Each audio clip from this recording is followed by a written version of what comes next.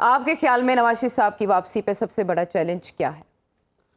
نواز شریف صاحب ذات خود بہت بڑا چیلنج ہے اپنے لیے. اس سے پہلے بھی جب بھی معاملات میں بگاڑ آیا ان کی اپنی ہوش مندی سے کہہ لیجیے, عقل مندی سے کہہ لیجیے, اس وجہ سے آیا. وہ چاہے چیف آرمی اسٹاف سے ان کی بگاڑ تھا, چاہے وہ پاکستان کے حالات کو بگاڑنے میں رول تھا, دونوں اگر آپ دیکھیے تو بہت میجر رول ان کا اپنا خود تھا. اس سے کیا اس سے باہر آ سکتے ہیں کہ وہی دفعہ کھڑے ہو کر پاکستان کے عوام کو وہ سچ بتا سکتے ہیں کہ پاکستان کی معیشت کے ساتھ, پاکستان کی جو سیاست کے ساتھ جو کھلواڑ ہوا ہے اس ان کا رول کیا تھا, کیا اس کو ٹھیک کرنے کو تیار ہے, کیا اس کو ایکسیپٹ کرنے کو تیار ہیں. وہ میرے خیال یہ نہیں ہے کہ اس میں نہ اتنی جرت ہے نہ آپ کے ویسے فہم اور ادراک کیا ہے جنرل صاحب؟ آپ اس سے پہلے بھی پریڈکشنز ایسی کر چکے ہیں, پی ڈی ایم کے حوالے سے بھی, نواز شریف صاحب کے حوالے سے بھی. کیا کہیں گے وہ اپنی تقریر میں؟ دیکھیں ان کے پاس کہنے کو ہے کچھ نہیں. کہنا تو ہے, سب منتظر ہیں کہ وہ کفن پھاڑ کے بولیں گے, کیا کریں گے. جس طرح میں نے کل بھی ذکر کیا تھا کہ کہنے والے تو چاہے ان کے جو ارد گرد کے لوگ بیٹھے ہوئے ہیں, ان لوگوں نے جو حالات ان کے بگڑے ہوئے تھے ان کو بگاڑنے میں اور بڑا اس کو اور زیادہ بگاڑ کے رکھ دیا ان کے اس کے بیچ میں. اب جو جس طرح جاوید لطیف صاحب کہہ رہے تھے یا رانا ثناء صاحب نے بار بار کہا, ان کے لوگوں نے کہا کہ جب معاملات بالکل ٹھیک ہو جائیں گے, رسک زیرو ہو جائے گی, تب وہ تشریف لائیں گے. جس طرح پہلے بھی کہہ رہے تھے کہ اپنے بھائی کی حکومت میں تو نہیں آئے, اب وہ آئے ہیں. وہ تو ڈفرینس کیا ہے اس وقت سے آج کے اس میں, کیوں اتنی دیر کے بعد آئے ہیں؟ پھر نمبر 2, عوام یہ بھی تو پوچھیں گے نا, بھائی آپ بیمار ہو کر گئے تھے, آج تک ہمیں آپ کی بیماری کا تو پتہ چلا نہیں. آپ گئے تھے ایک وعدہ کر کے, واپس نہیں, تشریف نہیں لے کے آئے. آج کا عوام دیکھیے, ہم جو سوچ رہے ہیں نا, ایک تو جس طرح بالکل عادل صاحب نے صحیح کہا کہ تعداد بڑی ہے, ہم اس تعداد کے ذہن کو نہیں سوچ رہے کہ اس ذہن دیکھ کیا رہا ہے, اس ذہن نے دیکھا کیا ہے اور اس کے ذہن میں بار بار چیز آ کیا رہی ہے.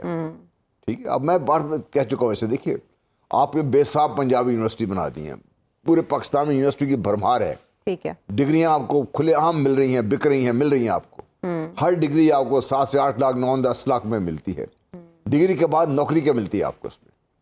وہ جو نوجوان ہاتھ میں ڈگری لے کے پھر رہا ہے, وہ خاندان جنہوں نے اپنا سب کچھ بیچ کے اس نوجوان کو ڈگری دلوائی ہے وہاں سے, اب اس پورے خاندان کا حشر دیکھیں نا کیا ہو رہا ہے اس میں آپ سے.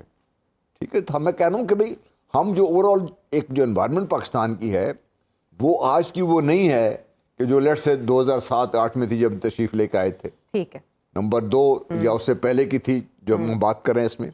آج کے حالات پاکستان کے اندر ارد گرد خطے میں دنیا میں اتنی تیزی سے بدل رہے ہیں اور لوگوں کا اویئرنیس لیول اس قدر زیادہ ڈفرینٹ ہے, ہر سال کے بعد آپ دیکھتے ہیں چینج آ رہی. تو یہ نواز شریف صاحب کے لیے سب سے بڑا چیلنج وہ خود ہیں, ان کا اپنا ماضی ہے, ان کے اپنے بیانات ہیں, ان کی اپنی سیاست ہے, ان کی اپنی پرفارمنس ہے. یہ بات ویسے بڑی انوکھی کہی ہے جنرل صاحب نے. جی ایک جملہ ایڈ کروں, آپ کہہ رہی ہیں وہ کیا کہیں گے, وہ وہی کہیں گے جو پرویز رشید اور عرفان صدیقی انہیں لکھ کر دیں گے, وہ وہی کہیں گے. اچھا نہیں, اس سے پہلے انہیں بہت بار یو ٹرن لینا پڑا ان کی باتوں کی وجہ سے ہی. دیکھتے ہیں کہ اب کی بار ان کی تقریر کون لکھتا ہے. شہباز شریف صاحب پھر پہنچ جاتے ہیں. ایک چیز یاد رکھیے, انسان اپنے ظرف سے باہر نکل کے کچھ کر نہیں سکتا. گجرات مسعود صاحب کا جو فرمان ہے کہ میاں نواز شریف صاحب اب سیاستدان سے کہیں اوپر سقراط بقراط لیول پہ پہنچ چکے ہوئے ہیں, تو جب اس قسم کی پرسنالٹی آپ کو اویلیبل ہے, اتنا بڑا ذہن, اتنے بڑی ویژن رکھنے والے, سوچ رکھنے والے, تو پھر ہمیں کسی اور کی ضرورت ہی نہیں ہے ہمیں. دیکھیے میں تو بارہا اس چیز کا اظہار کر چکا ہوں کہ آپ کی سیاسی استحکام جو ہے وہ پاکستان کی اس وقت سب سے بڑی شد ضرورت ہے.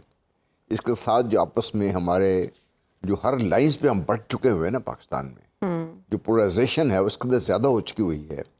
کسی جگہ پہ دیکھ لیجیے, آپ سوشل میڈیا پہ چلے جائیں, آپ نے اگر کسی ایک کی پسند کے خلاف بات کر دی تو ایک طوفان اٹھ کھڑا ہوتا ہے, گالیوں کا طوفان. وہ آپ حیران اس بات میں اس لیے نہیں ہو رہا کہ بھئی شاید ہم یہاں تک پہنچ جاتے, سفر شاید یہاں تک سفر ہم بہت تیزی سے ہم نے طے کر لیا ہے. جو پاکستان کے اندر کا جو استحکام ہے, جو آپس میں ایک دوسرے کے ساتھ ہم مل کے رہنے والی بات ہے, اس میں بہت بڑی دراڑیں پڑ گئی ہوئی ہیں. آپ کا وہ فل کرنا میرا خیال ہے باقی تمام چیزوں کو اگر آپ چھوڑ دیں, اگر آپ اس کو فل کر سکتے اسی طریقے سے, وہ میرا خیال ہے. اور مجھے راست بورڈ اس وقت سیاسی منظرنامے پر مجھے کوئی شخصیت نظر نہیں آتی جو کھڑا ہو کر, جس میں پہلی بحث کی تھی نا کہ ہم مثال دے دیں نیلسن منڈیلا کی. نیلسن منڈیلا کا قد اتنا بڑا تھا, اس کی اپنی ذات کی وجہ سے, اس کے اپنے کام کی وجہ سے, اس نے کھڑا ہو کر بات کی، دنیا اس کی بات سنی، اس کی بات مانی، اس پہ انہوں نے عمل کیا، عملاً ٹھیک کام کیا اس کے لیے. ساؤتھ افریقہ کہاں سے کہاں پہنچ گیا اس میں. تو اس لیول کی کوئی شخصیت نظر نہیں آتی جو اپنے آپ سے، اپنے لمیٹڈ اس سوچ سے باہر نکل سکے. کنویں کا مینڈک نہ بنے. ویسے اسٹیبلشمنٹ نے بار بار جیل میں ڈال کے سب کو رکھ کے دیکھا تو ہے، لیکن ابھی تک کوئی نیلسن منڈیلا نہیں بن سکا. بڑا وہ انسان کو اللہ تعالیٰ ذہن دیتا ہے، اتنی ویژن ہر آدمی کے پاس ہوتی نہیں ہے، اتنا صبر ہوتا نہیں ہے اپنے پاس.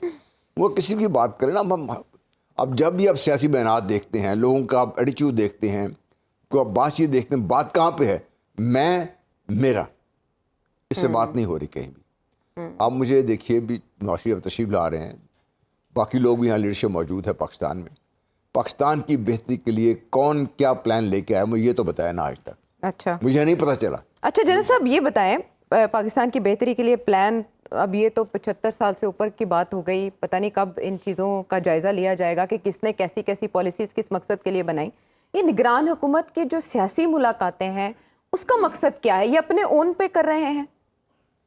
جیسے شفقت محمود صاحب سے ملے، پھر مصدق ملک صاحب سے ملے، پھر پیپلز پارٹی کے رہنماؤں سے مل رہے ہیں، کس سلسلے میں؟ دیکھیے ملنا ملانا تو ان کا رہتا ہی ہے نا. وہ نگران حکومت میں ہے، سیاستدانوں سے ملنا تو کوئی اتنی بڑی بات نہیں ہے. مل کس لیے لے ہیں وہ زیادہ ضروری اس بات کا ہے. بتائیں نا کس لیے مل رہے ہیں. اگر تو اس لیے مل رہے ہیں کہ بھئی سیاسی ماحول کو تھوڑا میلو ڈاؤن کیا جائے، اتنی جو تشنگی ہے، اتنا جو ٹینشن ہے، اتنا کھچاؤ، اس کو کم کیا جائے، اس کے لیے میرے خیال شفقت محمود صاحب بھی ایک بڑے لیول ہیڈڈ آدمی ہیں. ان کی بات چیت بھی دیکھیے، مصدق ملک صاحب بھی ماشاءاللہ اس لحاظ سے بہت ٹھیک ہیں. تو اس لحاظ سے تو میں سمجھتا ہوں کوئی مذاقہ نہیں ہے اس میں. لیکن جو نگران حکومت کا بیسک مینڈیٹ ہے اس سے تو بہت دور چلا گیا ہے نا نگران حکومت. الیکشن تھا، الیکشن ہے، الیکشن رہنا چاہیے ان کا. چلیں دیکھتے ہیں اس تو پہ آپ دیکھیے نگران حکومت پنجاب میں آ کے بیٹھی ہے، میرا خیال ہے یہی شاید کنٹینیو کرے آگے.